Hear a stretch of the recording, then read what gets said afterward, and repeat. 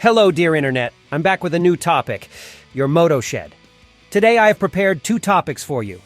On the one hand, it's about the 10,000 kilometers I have now covered with the Voge 650. I have a short feedback on what's new.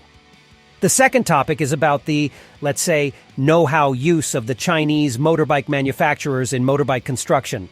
I'd already shared some information about this, and I would like to supplement the whole thing here. But I'd like to start with the state of affairs after 10,000 kilometers on the speedometer. At about 8,000 kilometers, I've now taken it in for a service. To put it briefly, the service went pretty unspectacularly and without any problems. Besides the oil change and filter change, I also had the valve clearance checked because if you're going on a fairly long trip, it doesn't make sense to go back for a service after 2,000 kilometers. All the valves were within tolerance. Maybe I should tell you a little more about this. The valve clearance of the single Rotax engine of the Voge 650 is adjusted via shimps, as is the case with many modern engines. This means that if the clearance doesn't fit, the camshaft has to be removed, which is relatively time-consuming and expensive. In my case, as I said, it wasn't necessary, so the cost of the inspection, changing the oil, changing the filter, and checking the valve clearance was kept within reasonable limits at just over Euro 200. After the inspection, I went on a short tour of Germany in the south of the country. After this tour and 2 more weekend trips, I've now clocked up 10,000 kilometers.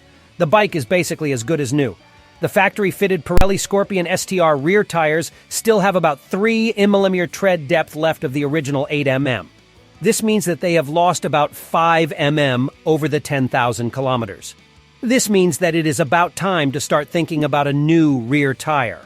The front tire is also okay, and should certainly last another rear tire. The chain and the drive sprockets are still okay. However, they should still be okay after the mileage. In this context of the chain, I would like to mention accessories, but also the supply of spare parts for the Voge, after approx. 2 years on the German market, there are still hardly any accessories beyond the universal accessories. At the relevant shops like Polo or Lewis, apart from things like heated grips or similar, besides Gevi, SW Motec in particular has started to produce accessories for the Voge on a larger scale. A visit to the SW Motec online shop can therefore be well worthwhile if you are looking for handlebar height raisers or similar items. As I have just mentioned, there is hardly anything or nothing at all available as accessories for the Voge, apart from oils and similar things. Oil filters are no problem because they are identical in construction to the BMW Rotax engine. The parts fit. Everything that is available for the single-cylinder F650 also fits the Voge. But when it comes to parts such as the chain kits already mentioned, you can currently only get parts from Voge. Sometimes at really horrendous prices, such as the chain kit that costs around 285 euros. For me, the replacement of these parts will take some time, so I hope that the supply situation will improve a little. But I would basically assume that the supply of parts will remain worse than for comparable models from Japan or Europe. On the last trip of about 2,000 kilometers, I gave up my seat cushion, which I presented in the previous video, and I clearly felt this on longer trips of over 300 kilometers a day. My backside didn't want to go on any longer, and I was glad that the day's riding was coming to an end. So what's my conclusion after 10,000 kilometers? I'd say everything was fine in terms of kilometers ridden and the quality of the bike.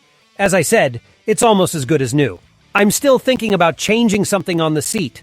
I don't know yet whether I'll ride with the seat cushion permanently. Without the cushion, the whole thing is actually too painful for me on longer rides. Voge itself offers 2 different seats in 2 different cavities at a relatively reasonable price of around Euro 120. An additional seat with a 2 centimeters higher seat height. Maybe I'll buy one and have the padding improved so that longer rides won't be such a strain anymore. But all in all, the Voge rides great and does exactly what I expected of it. Yes, and I hope it stays that way for the next 20,000 kilometers. I'll keep you posted. Yes, and now we come to the second topic of today's video. Licenses, or to put it another way, the copying frenzy of Chinese manufacturers. In one of my last videos, I asked how things are regulated between Voge and BMW. Inquiries with Voge at the time yielded little, but possibly for a good reason. As I have since realized, because contrary to what I thought, it actually seems to be almost impossible to protect an internal combustion engine or an entire motorbike. As Motorrad magazine also reported, this is no longer possible today. The question of whether something is stolen or built under license therefore doesn't arise in most cases, because in principle, no manufacturer can have an engine protected, and what is not protected can ultimately not be stolen either. But what is the basis for that? On the one hand, because the principle of the combustion engine is very, very old, and the Voge engine, and no matter whether it is the one from Rotax stocks or the Honda-based 500 engines, both are not new technical solutions. In fact, you can only protect technical solutions that are based on an invention. It must therefore have been newly developed, and that is absolutely not the case here. Should Voge or another Chinese manufacturer copy special newly developed features, such as the Honda DCT gearbox, then it would be an infringement, as Honda has certainly also secured this or protected it as a patent or utility model. Formally, therefore, there is no infringement. If Voge or other manufacturers recycle, say, an engine that they have manufactured anyway, it should have been easy to carry out this reproduction. Yes, and since Voge has brought the engine up to Euro 5, I would say that Voge or the manufacturer Lansing cannot be blamed here, at least not legally. Morally, everyone has to evaluate this for themselves. I have also done this for myself, as I have already reported in a video. Yes, that should be it at this point. Thank you as always for your attention, and I would be pleased if you leave a subscription or a like. Thank you and see you soon, your Moto-Shed.